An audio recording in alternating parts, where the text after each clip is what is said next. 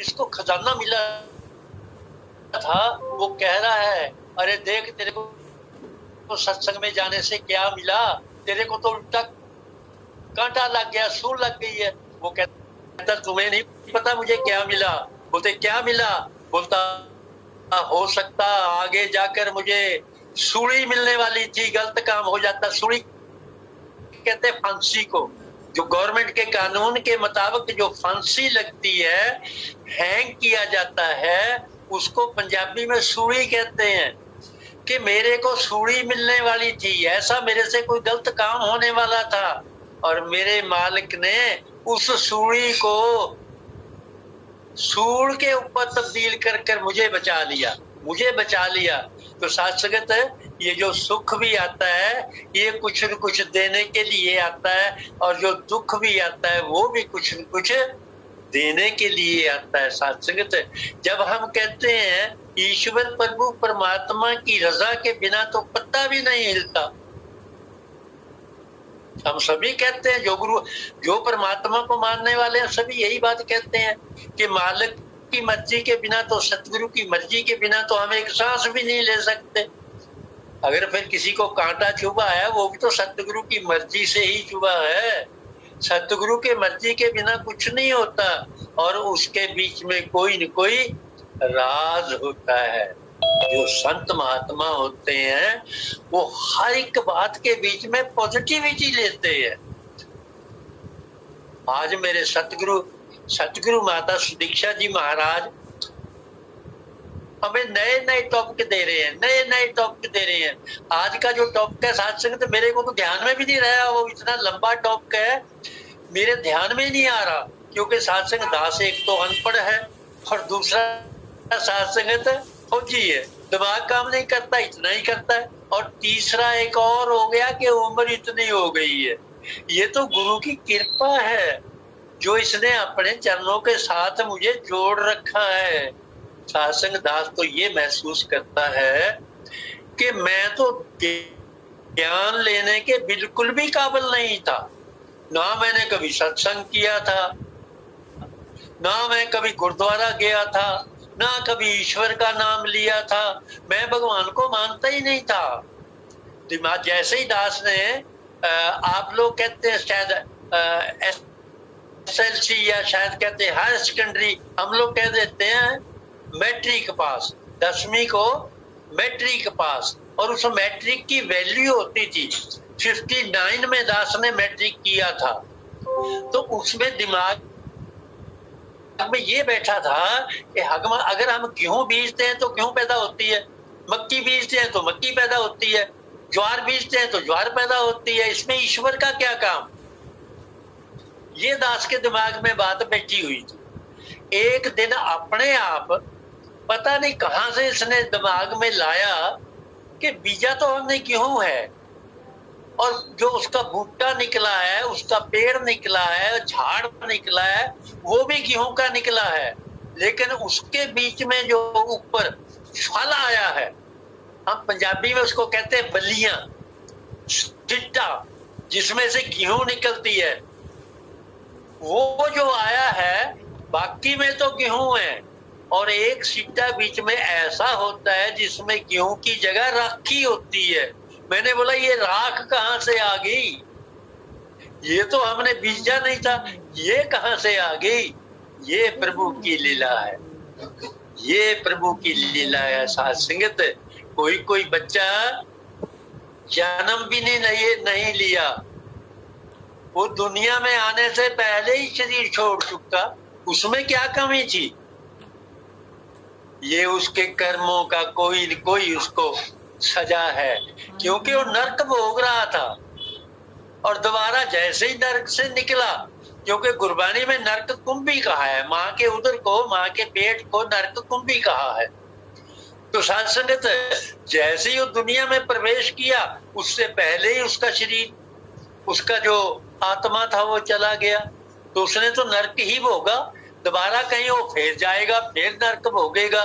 जो 84 लाख नरक हैं वो तो हमने नहीं देखे, लेकिन ये तो हम देख रहे हैं ना, ये तो हमारी आंखों के सामने है। तो साथ संगत हम लोग कहने के मुताबिक जैसे हमारे पूर्वज कह रहे हैं कि हम लोग 84 भुगत कर आए हैं, ये बीच में हमें एक चांस मिला है, चांस। इसको गुरबाणी में लिखा है साध संगत, कहते हैं पही प्राप्त मानुख देहोरिया। पही का मतलब है मिली, मानुख देहोरिया, मान का मतलब है इंसान, देहोरिया का मतलब है देह, शरीर, बॉडी।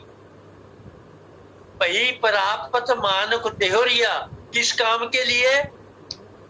गोविंद मिलन की ए तेरी बरिया।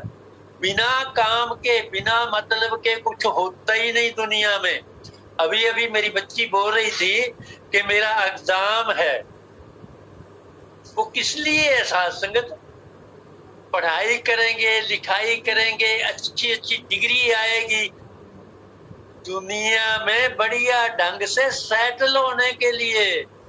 ये भी तो एक तपस्या है। तपस्या समझते हैं ना, जो जंगल में बैठकर साधु लोग करते हैं। पढ़ाई लिखाई भी एक तपस्या है, भक्ति है। 10 साल, 12 साल, 14 साल, 16 साल उम्र तो पढ़ते पढ़ते निकल जाती है। किस लिए? ताकि जिंदगी हमारी सौखी निकले, अच्छी निकले, हमारी अच्छी सी जॉब लगे, हमारी प्रतिष्ठा हो, हमें अच्छा पैसा मिले। लेकिन साध संगत, जो सुख मालिक ने देना है वो पैसे से नहीं मिलता। पैसा भी चाहिए, पैसा ही नहीं चाहिए। दो बात है। कुछ लोग कहते हैं पैसा ही चाहिए, संत महात्मा कहते हैं पैसा भी चाहिए, लेकिन पैसा ही नहीं चाहिए। ही में और भी में अंतर है। भाव कि हमें गुरु चाहिए, संत महात्मा चाहिए, और उनकी सेवा करने के लिए पैसा भी चाहिए। सत्संग के लिए तभी जा पाएंगे ना अगर हमारे पास पैसा है। दो संत महात्मा घर में आ गए, उनकी सेवा के लिए ज्यादा नहीं तो चाय तो बनाएंगे। तो चाय बनाने के लिए दूध भी चाहिए, शक्कर भी चाहिए, चाय पत्ती भी चाहिए, तो वो पैसे के साथ आएगी, मुफ्त में तो नहीं आएगी। इसलिए पैसा भी चाहिए। दास तो यूं कहा करता है कि संतों महापुरुषों को जो माया है, पैसा है, संसार से ज्यादा चाहिए। क्योंकि संसार ने तो इकट्ठी कर कर दबा कर रखना है, और संतों महात्मा ने समागम पे जाना है, संतों महापुरुषों की सेवा करनी है। इसलिए संतों को माया बाकियों से ज्यादा चाहिए, लेकिन चाहिए 1 नंबर की, 2 नंबर की नहीं चाहिए। भाव किसी को दुख तकलीफ देकर, किसी का हिस्सा काट कर, वो हमें नहीं चाहिए। सच्चे पातशाह तू कृपा कर, हमें ही इतना दे अपने खजाने से। तेरा खजाना बहुत बड़ा है, कभी कम नहीं होने वाला। एक कोई संत था, दास को बात याद आ गई। एक कोई संत था, उसके हिस्से में 1 दिन का राशन नहीं मिलता था। उसको 1 ही दिन का राशन मिलता था, और वो शाम को खत्म हो जाता था। किसी महात्मा की उन्होंने सेवा की, और सेवा कर कर उनसे वे ये पूछा, महात्मा जी मेरे को मिलता ही इतना है। वो कहने लगे कोई बात नहीं, आप ऐसा करो, हम अरदास करते हैं रल मिलकर, ऐ सच्चे पातशाह ये जो 1 दिन का राशन आप इनको देते हो, आप इनको 1 महीने का एक ही बार इकट्ठा दे दो। देना तो है ही है आपने, तो वो एक ही बार इकट्ठा दे दो। तथास्तु, उनको मिल गया। तो उन्होंने क्या किया, ऐसे करो, इनका आप लंगर लगा दो, जो आता जाए उसको खिलाता जाए, जो आता जाए उसको खिलाता जाए। सारी जिंदगी साथ संगत उसके भंडारे खत्म नहीं हुए, क्योंकि जैसे जैसे उस सेवा में लगाता था, पता नहीं कितने गुना होकर उसके घर में फिर आ जाता था। फिर वो लगाता था, फिर आ जाता था। इसीलिए साध संगत ये सतगुरु ने हमारे लिए एक रीत चलाई। सत्संग दास को बात याद आ गई, मेरे को ध्यान में नहीं आ रहा था कि ये शहनशाह जी के टाइम की बात है या बाबा गुरबचन सिंह जी के टाइम की बात है। किसी पैसे वाले महात्मा ने बाबा जी को बेनती की, सच्चे पातशाह ये आप एक एक रुपया सबसे क्यों इकट्ठा करते हो?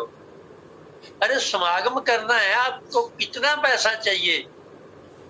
एक दिन का समागम होता था उस टाइम, एक दिन का। कहने लगे जितना चाहिए मैं आपको पैसा दे देता हूं। बाबा जी कहने लगे आपके पास घर में कितनी कमाया है? कहने लगे बाबा जी आपका दिया हुआ बहुत कुछ है, बहुत कुछ है। कहने लगे फिर और कितना चाहिए तेरे को? अरे तेरे को तो ये समझ आ गई कि संतों की सेवा करूंगा तो और माया आएगी। ये मेरे महात्मा गरीब माया कर कर, संत कभी गरीब नहीं होता, माया कर कर दास बोल रहा है। जो माया कर कर गरीब हैं, मैंने इनको भी तो शाहूकार बनाना है, इसलिए इनसे मैं जबरदस्ती लेता हूं एक एक रुपया। और वो एक एक रुपया इकट्ठा कर कर जो मैं लंगर लगाऊंगा उसमें संत महात्मा छकेंगे और वो सबको आशीर्वाद देंगे, इनके भी घर भर जाएंगे। साध संगत है। और बाबा बूटा सिंह जी की टाइम, हाँ बाबा बूटा सिंह जी का टाइम, उस टाइम किसी के पास चवन्नी होती थी, किसी के पास 2 पैसे होते थे। चवन्नी कहते हैं साध संगत 1 रुपए का 4वां हिस्सा, चौथा हिस्सा, 1/4 ऑफ 1 रुपी। तो साध संगत दिन भर के लिए ये कमाई करता था आदमी, आगे मिल जाता था कौन? बाबा बूटा सिंह। बाबा से बूटा सिंह पूछते थे हाँ भाई है कुछ? हाँ बाबा जी क्या? 1 चवन्नी निकाल इधर, वो ले लेते थे उनसे। और साध संगत ये बात करते करते शहनशाह बाबा अवतार सिंह जी के पास गई। ये पाकिस्तान की बात है साध संगत, मिंट गुबरी में जहां रहते थे, वो ले लेना। तो जब ये शहनशाह जी के पास गई, शहनशाह जी की वहां डबल रोटी की दुकान थी। शहनशाह जी कहने लगे बाबा जी जितना पैसा आपको चाहिए मेरे से ले लिया करो, आप ये संत महात्मा को क्यों तंग करते हो? मैं दुकान में बोल दिया है जितना आपको चाहिए, वो गले का मुंह खोल देंगे, आप सारा ले लो। अगर फिर भी कम पड़ता है मैं दुकान बेच देता हूँ, दुकान बेचकर जितना पैसा आएगा आपको दे देता हूँ, आप आनंद लो।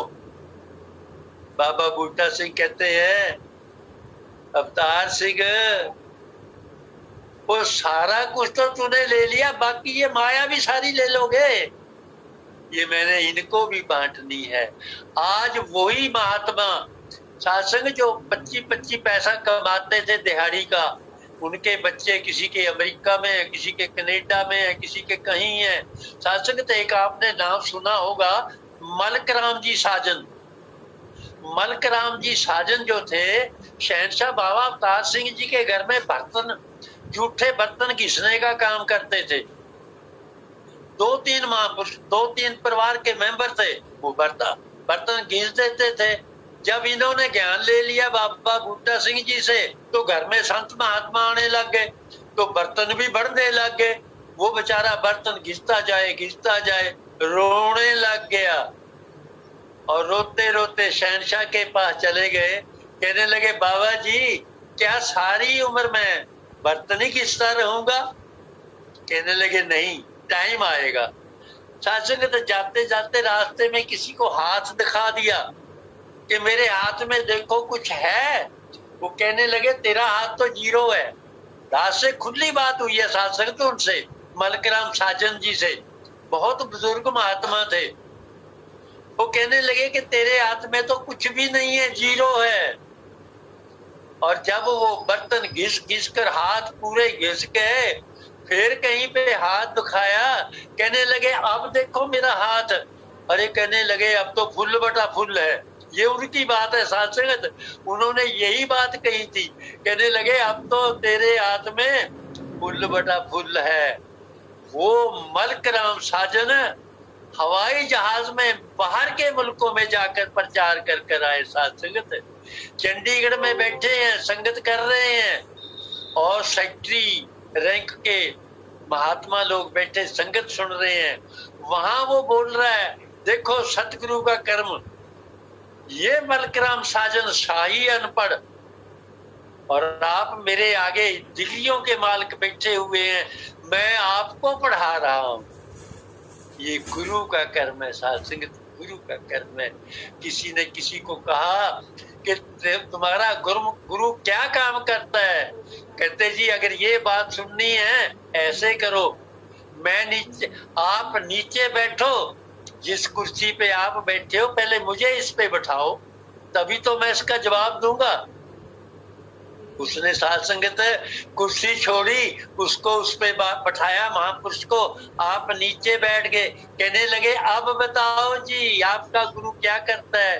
कहने लगे यही करता है, मेरा गुरु नीचों ऊंच करे मेरा गोविंद, ये काहू से ना डरे। अरे मेरे जैसे नीच को उठाकर सिंहासन पर बिठा देता है। देखो ना, आपको नीचे बैठा दिया, मुझे कुर्सी पे बैठा दिया, ये मेरा सतगुरु करता है। तो साथ संगत अभी महात्मा फिक्र की बात कर रहे थे, टाइम होने वाला है। गुरु एक शब्द आता है, फिक्र करेंदे बावरे, ये हरियाणा का भाषा है बावरे। तो बावरा हो रखा है क्या? हरियाणे वाले बोलते हैं बावरे का मतलब पागल, बेवकूफ। कहते हैं फिक्र करेंदे बावरे, जिक्र करेंदे साध। जिक्र का मतलब है गुरु की चर्चा। गुरु की चर्चा जो करते हैं वो साध करते हैं, बाकी तो फिक्र में लगे रहते हैं। फिक्र करेंदे बावरे, जिक्र करेंदे साध, उठ फरीदा जिक्र कर। बाबा फरीद हुए हैं, ये हमारे बठिंडा से 2-2.5 किलोमीटर पर फरीद है, फरीद नगर है, क्या उसका नाम, फरीदकोट। वो बाबा फरीद की जगह है, फरीदकोट उनका शब्द है। उठ फरीदा जिक्र कर, कहते हैं फरीद को, फरीद कहते हैं अरे फरीद उठ, अरे गुरु का जिक्र कर, गुरु की बात कर, फिक्र करेगा तेरा। अरे तेरा फिक्र तो आप परमात्मा करेगा, तो परमात्मा का जिक्र कर।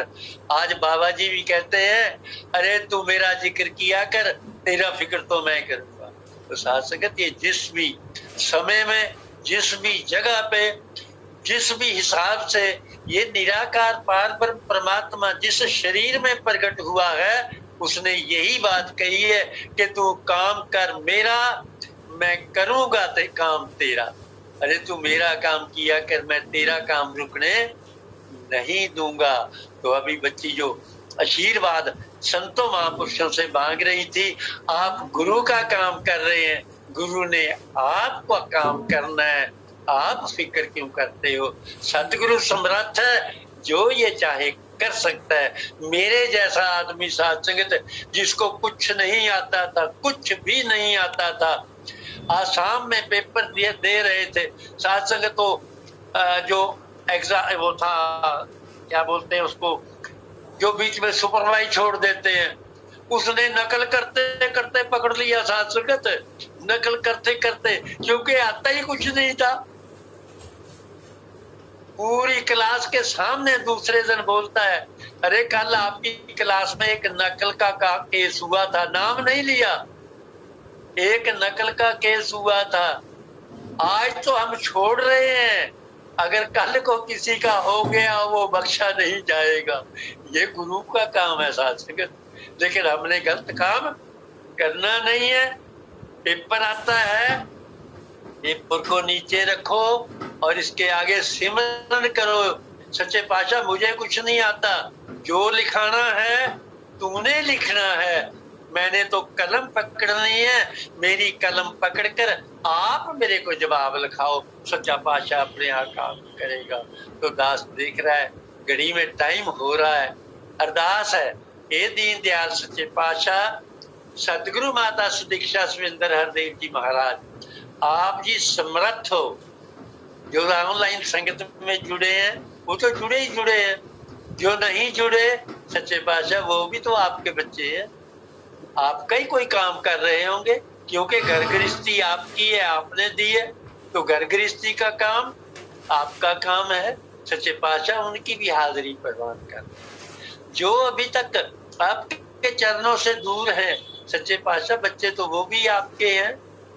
अगर कोई बेटा कहते मैं तो तेरे को पिता मानता ही नहीं हूँ, अरे उसके कहने से थोड़ी हो जाएगा, तू मान या ना मान, मैं पिता तो तेरा हूं ही हूं। तो इसलिए आप सतगुरु तो है ही हैं, उनको भी कृपा करो, जो अभी तक आपके चरणों में नहीं आए उनको भी चरणों के साथ जोड़ो, ताकि भी वो भी ये सुख आनंद प्राप्त कर सके। जो नौजवान बच्चे बच्चियां अच्छी अच्छी पढ़ाई लिखाई डिग्रियां कर कर बैठे हैं, सच्चे पातशाह कोरोना की वजह से अभी तक जॉब का इंतजार कर रहे हैं, उनको अच्छी अच्छी जॉब दो, अच्छे अच्छे कारोबार दो, ताकि उनके दिमाग से भी टेंशन दूर हो, उनके माता पिता के दिमाग से भी टेंशन दूर हो। आखिरी अरदास सच्चे पातशाह, जो नौजवान बच्चे बच्चियां शादी के वर योग हैं, सच्चे पातशाह उनको अच्छे अच्छे घर दो, अच्छे अच्छे वर दो, ताकि वो अपनी लाइफ में सेट होकर आपका ही गुण गायन करें। दास से बोलते हुए अनेक अनेक प्रकार की गलती हुई होगी, जैसे दास ने पहले बेनती की है, एक तो अनपढ़ हूँ, दूसरा साथ संगत फौजी हूँ, बोलना आता ही नहीं है। साथ संगत जो जो आपको अच्छे वचन ना लगे हो वो मेरी कमजोरी छोड़कर समझकर इस निराकार में छोड़ देना, ये संभालेगा। अगर कोई बात अच्छी लगी हो वो सतगुरु माता सुदीक्षा जी की देन समझकर उसे स्वीकार कर लेना और उसको अपनी जिंदगी में अपनाने की कोशिश करना, ताकि मेरा सच्चा पातशाह हम सबको सुख दे, खुशी दे, आनंद दे। प्यार से बोलो प्यारे हो, धन्यकार जी।